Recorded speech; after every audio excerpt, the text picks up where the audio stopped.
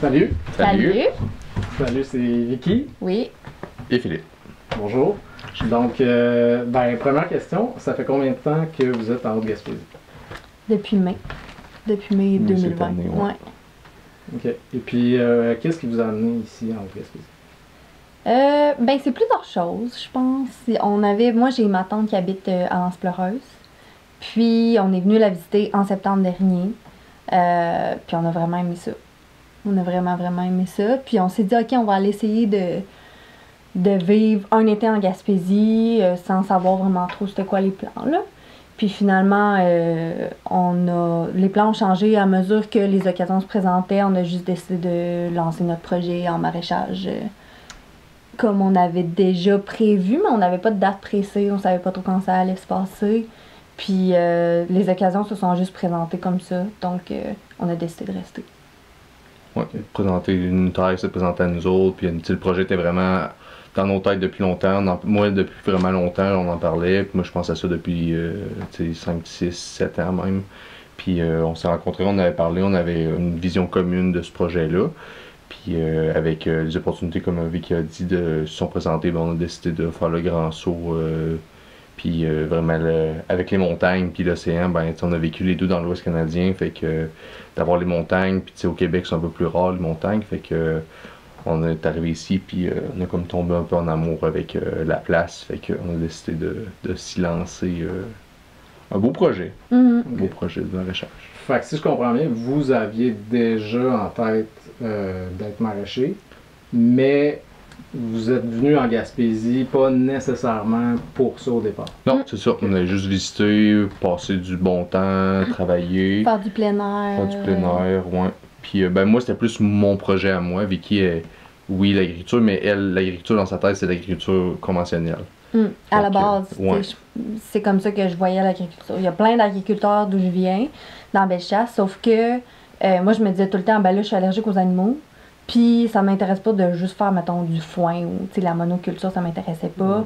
Puis je connaissais pas le modèle de maraîchage, là. Donc c'est vraiment Phil qui m'a fait découvrir ça. Puis moi, j'avais mes intérêts plutôt vers les comestibles sauvages, comestibles forestiers, les champignons sauvages aussi. Fait que les deux projets fitaient super bien ensemble. On va incorporer un peu de sa passion un peu dans notre projet. On va faire des champignons en milieu sauvage, en milieu naturel en fait. Et on va faire sûrement dans les prochaines années inclure des comestibles sauvages, des choses comme ça. Fait que ça a vraiment bien matché ensemble. Puis moi c'est ça, je suis Jean-Martin Fortier depuis vraiment longtemps, maraîcher qui a fait ses preuves au Québec depuis 15 ans. Fait que je cherchais une terre depuis vraiment longtemps. Puis ça prenait le clic, puis aussi de l'argent aussi, fait que puis là en ayant des terres qui sont disponibles en Gaspésie pas trop chères, pas besoin d'acheter 250 acres de terrain pour pouvoir faire de l'agriculture, fait que on fait ça sur moins d'1 hectare, puis on est capable d'être rentable pareil pour ça, fait que c'est bien. Pensez-vous que c'est un modèle, le modèle que vous voulez faire comme projet d'agriculture, pensez-vous que c'est un modèle que vous pourriez faire ailleurs au Québec ou c'est vraiment comme quelque chose qui est plus facile à faire en Haute-Gaspésie? Non, je pense que c'est plus difficile peut-être en Haute-Gaspésie. Le marché est moins saturé en Gaspésie. Oui, ça c'est vrai. Si tu vas, mettons, par exemple en Estrie ou autour de Montréal, là la compétition est hyper féroce. Tu dois jouer sur tes prix pour pouvoir vendre des producteurs de tomates. Ouais. Il y a juste vraiment beaucoup d'offres. C'est ça, il y a trop d'offres. Fait qu'il faut vraiment que tu te démarques en faisant des cultures qui sont spéciales ou des couleurs spéciales dans tes cultures. Fait qu'en étant ici, c'est pas plus facile, c'est le même travail. C'est hyper difficile de faire du maraîchage bio-intensif sur petite surface, mais le marché est à ouvrir. Les gens, ils n'ont pas d'offres, les gens, ils achètent des légumes à l'épicerie qui viennent de l'autre bout du monde. On ne sait pas trop qu'est-ce qu'ils mettent dans ces légumes-là, des pesticides, des insecticides et tout. D'où est-ce qu'ils viennent au Québec aussi? Ouais, c'est ça. Il y a déjà de la super belle offre, le Jardin des Gourmands, la coop à Rivière-Claude, Bio-Jardin des Bois. On les connaît pas toutes, là, mais dans la proximité.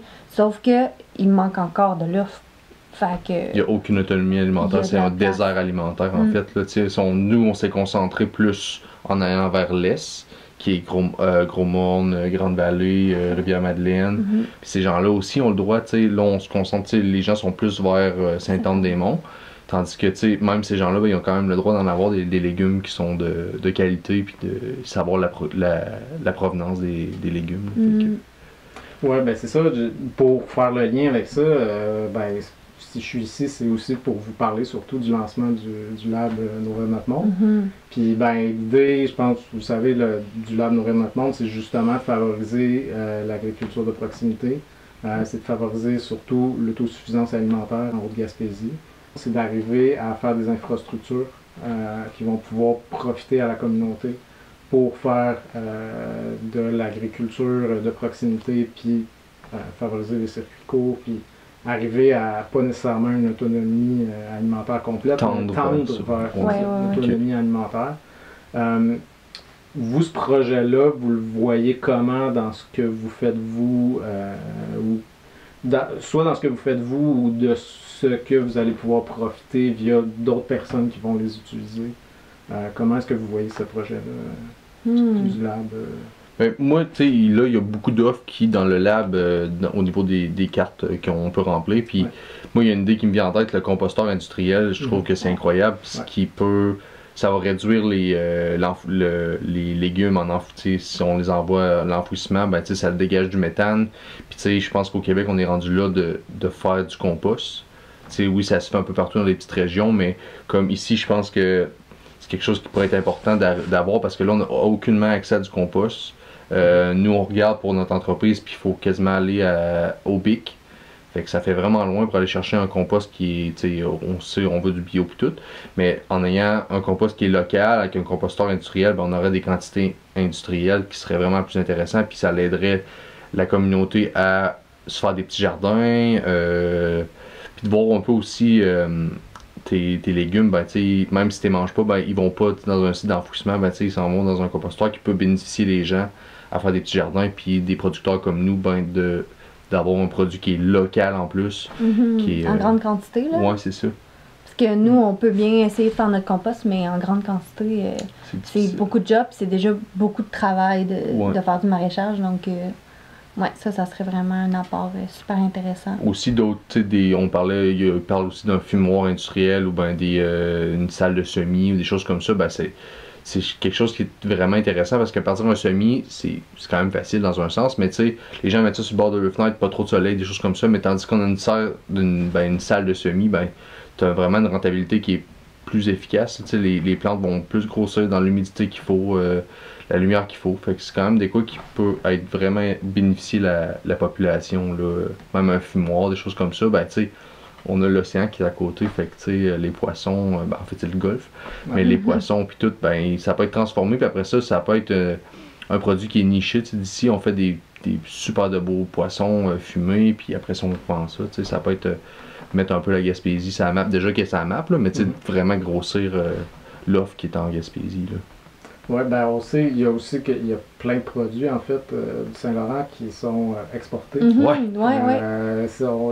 gens, ben, que ce soit les gens d'ici ou même du Québec au complet, ne consomment même pas en majorité ce qu'on fait, ce qu'on pêche dans le Saint-Laurent. Fait que c'est sûr que ça peut... Ça vient tout Définitivement, c'est un non-sens, là. Ouais. Puis genre, on avait vu un documentaire où un moment donné, il parlait que ça prenait tout pour fallait aller voir sur le quai parce que dès que c'est pêché, ils repartent vers la Chine ou ils partent vers d'autres pays. Puis tu peux même pas avoir le produit qui est, tu sais, des oursins ou des choses comme ça, ben c'est hyper difficile à avoir. Ce qui est un peu, ça devrait être le Québec qui passe avant. Puis ensuite on exporte, tu sais, pas de l'exportation, puis peut-être en avoir au Québec. Ouais. Puis comment est-ce que vous voyez ça aussi dans votre avenir en fait? Comment est-ce que vous voyez le développement de l'agriculture en Haute-Gaspésie? Puis comment vous pensez vous inscrire là-dedans? Moi, je pense que il va y avoir de plus en plus, je sais pas comment dire là, mais je pense que tout est à faire. Il y a tellement de place pour l'autonomie alimentaire, puis je pense que les gens commencent à comprendre l'importance d'être autosuffisant ou de tendre vers l'autosuffisance, là. de plus en plus. Puis je pense que ça commence réellement à intéresser les gens pour qu'ils portent des actions concrètes, si je peux m'exprimer comme ça, parce que disons que avec la COVID puis tout ce qui se passe en ce moment, je pense que c'est évident là, que c'est super important de mettre des efforts là-dedans. Puis moi je pense que comme ça va être un avantage pour nous puis les autres producteurs. Oui, c'est ça. C'est bien de voir que c'est gouvernemental, le lab, fait que c'est bien de voir qu'il y a de l'investissement qui se fait pour les communautés. C'est pas parce qu'on est vraiment loin des gros centres qu'on devrait être laissé de côté puis qu'on devrait travailler par nous-mêmes. C'est bien d'avoir des incitatifs comme ça qui viennent, que les gens, même si c'est un petit projet, nous c'est pas gros comme projet, mais on veut nourrir Mont-Louis, on veut nourrir Gros-Morne, des choses comme ça. C'est pas gros, mais c'est des petits projets comme ça qui font qu'à la fin de la run, ça vient des gros projets, puis on tend vers une autonomie alimentaire.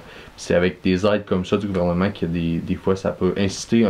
T'as un projet des fois derrière la tête, mais pas assez d'argent, des choses comme ça. Fait que des fois ça peut aider la personne à lancer son projet. C'est aussi, tu sais, ici ça a déjà été une région quand même agricole. Ouais. Ça l'est plus, on sait qu'est-ce qui s'est passé, l'agriculture industrielle et tout ça, puis à un moment donné, il y a une perte de savoir-faire.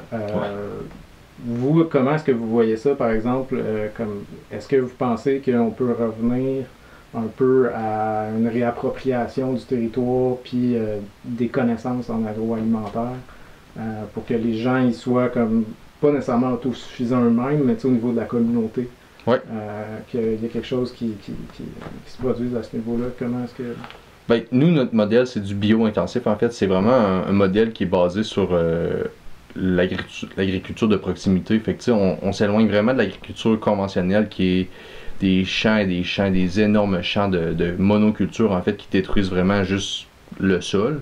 On parle il nous reste 60 années de 60, en fait, récoltes si on fait pas attention à nos sols. Fait que, nous, on tend vers une agriculture de proximité, ce qui est vraiment important pour nous, en fait, là, c'est garder un sol en santé pour pouvoir continuer à approvisionner les gens à faire, pour de l'agriculture. Fait que je pense vraiment que les terres sont hyper fertiles ici, ce qui est super, c'est vraiment nice, en fait, là. Fait que je pense que les gens, de plus en plus, vont se lancer dans des petits projets comme ça, puis moi je fais des patates, toi tu fais des betteraves, toi tu fais des carottes, puis c'est comme ça qu'on s'unit, puis on travaille ensemble, puis après ça on se complète. Mais pas juste des légumes, là. Non, c'est ça, on parle des légumes, mais il y a plein de types de production alimentaire, là. C'est ça peut être de l'élevage, ça peut être peu importe, là, de la transformation alimentaire. Je pense qu'il y a vraiment de la place pour plein de petits projets comme les nôtres. Puis au bout du compte, si on travaille ensemble, on se complète, puis on peut offrir, on peut couvrir toute l'offre dont on a besoin là, localement. Puis il y a vraiment des incitatifs au niveau de la MAPAC en ce moment ils veulent changer les choses parce que ici, si tu fais des certaines normes, si tu fais un élevage bovin, puis tu veux, faut que tu l'abattes une moment donné, il faut que tu l'envoies proche de Québec ou quelque chose comme ça, puis après ça, tu le ramènes ici, c'est des coûts de transport, c'est des choses comme ça. Fait que là, il y a une ouverture qui se fait au niveau de la MAPAC de transformer ou un abattage sur place à la ferme. Fait que ça va vraiment changer, je pense, l'agriculture au Québec, de beaucoup de petits projets qui vont sortir du lot, puis avec l'abattage sur place, puis de la transformation qui est sur place, aux normes de la MAPAC, on veut garder ça quand même propre, mais je pense que ça va vraiment aider des petites régions comme ici à tendre vers l'autonomie alimentaire, parce qu'on a des terres, c'est énorme la Gaspésie, fait qu'il y a de la place à faire de l'agriculture de proximité, en fait. Puis pour l'agriculture biologique, est-ce que c'est plus facile en Haute-Gaspésie qu'ailleurs au Québec? Comme ici, il n'y a pas de gros champs, il n'y a pas de monoculture nécessairement, il n'y a pas d'agriculture industrielle là, à proximité. Fait que, est-ce que c'est plus facile de faire de l'agriculture biologique? Je pense que oui. Naturellement, justement, s'il n'y a pas de gros joueurs qui utilisent plein de pesticides puis de produits chimiques, c'est automatiquement biologique ou presque, là, tu sais. Puis nous, on veut pas aller chercher la certification biologique parce que dans nos valeurs, on veut être biologique. Puis on pense qu'on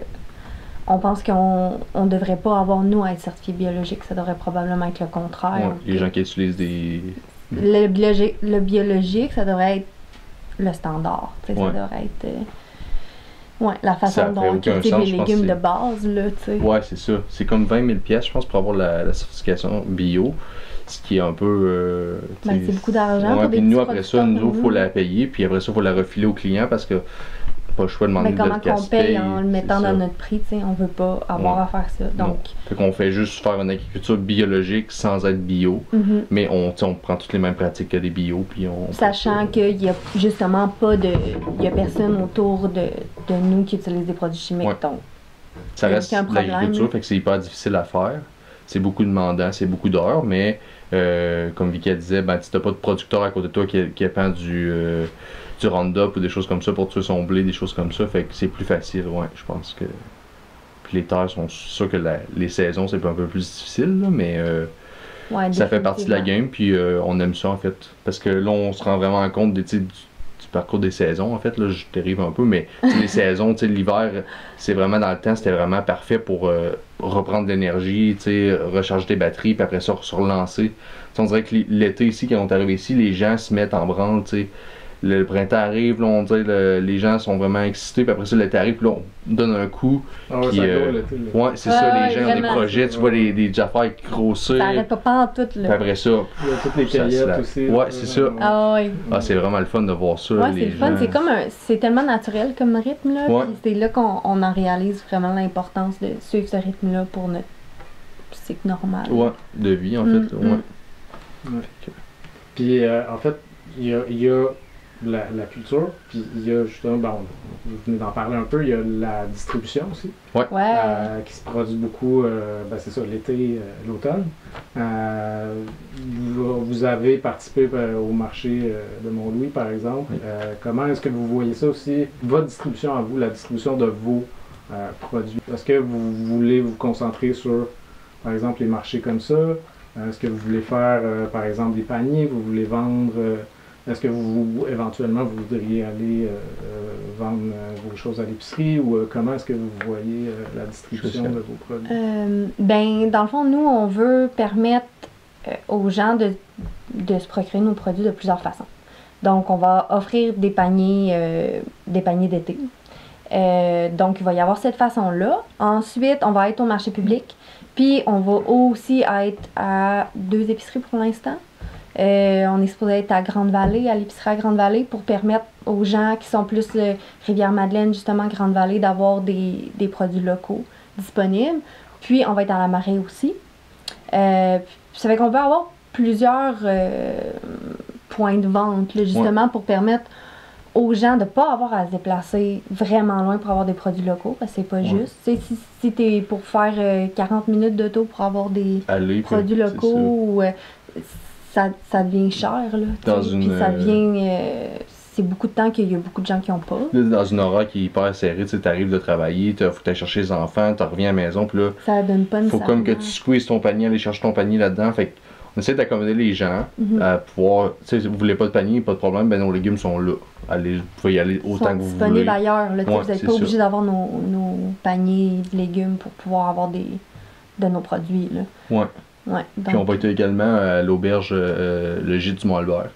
Fait qu'on va avoir nos produits sur la carte en fait. Fait que avec Jean-Alexandre Dubé, le chef, qui était super excité d'avoir nos produits, puis de pouvoir mettre produits locaux. Ouais, là, de pouvoir mettre le produit en facile. valeur en fait, là, tu sais, de pas dénaturaliser le produit, juste. Tu sais, lui, il veut des petites carottes, mettre sa petite carotte, puis il la met là, il la coupe pas, tu sais, il la fait pas hyper transformée, il la met là, il la met en valeur en fait. Puis c'est ça qui est important de montrer dans le fond que les produits qu'on va cultiver, c'est un produit de qualité. Puis les gens, ben. Il est bon comme ça. Ouais, c'est ça. Il est bon comme ça, pas besoin de mettre du sel et du sucre dessus pour pouvoir l'avoir sucré. Il est sucré de base. Fait que, ouais. Okay. Puis comment est-ce que vous voyez votre avenir en Haute-Gaspésie? Est-ce que vous pensez vous installer vraiment ici pour longtemps, puis continuer ce que vous faites pendant longtemps? Ah oui, définitivement. Ben, c'est des gros... Ben, c'est pas des gros investissements, mettons, si on compare à l'agriculture conventionnelle, mais pour nous, c'est quand même des gros investissements. Puis, tu sais, pour vraiment atteindre un niveau d'expertise satisfaisant, mais je pense sais, on s'embarque là-dedans pour plusieurs années. Ouais, c'est un beau projet de. C'est probablement fonder notre famille ici, puis c'est sûr que c'est un projet sur plusieurs années. Là. Ouais, c'est pas juste On un coup de s'installe tête pas. de 2 ans, puis après ça, on arrête ça. Non, tu sais, non, non, tu sais, c'est c'est un un- gros, probablement un 10 ans minimum. Puis Ouais, c'est ça. si je veux être rendu à 10 ans, c'est rendu chez toi, là. Fait que. Ouais.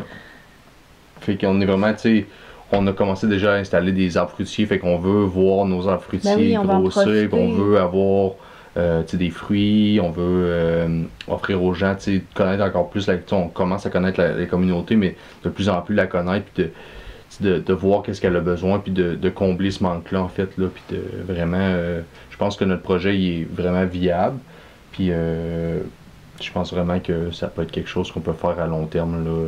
Mhm. Ouais. Ben oui, définitivement. Puis les gens sont super Réceptif. réceptifs, merci. Ils sont super réceptifs à notre projet, puis sont vraiment emballés de tout ça. Fait que je pense que la demande est là. Il reste juste à nous À livrer la la marchandise. Fait qu'on est vraiment content de ce projet-là. Puis si ça peut aider la communauté à tendre vers l'autonomie alimentaire, ben c'est un plus. Mm. C'était pas mal tout. Yes. Génial. Parfait, merci beaucoup. Plaisir. Ben, merci à toi.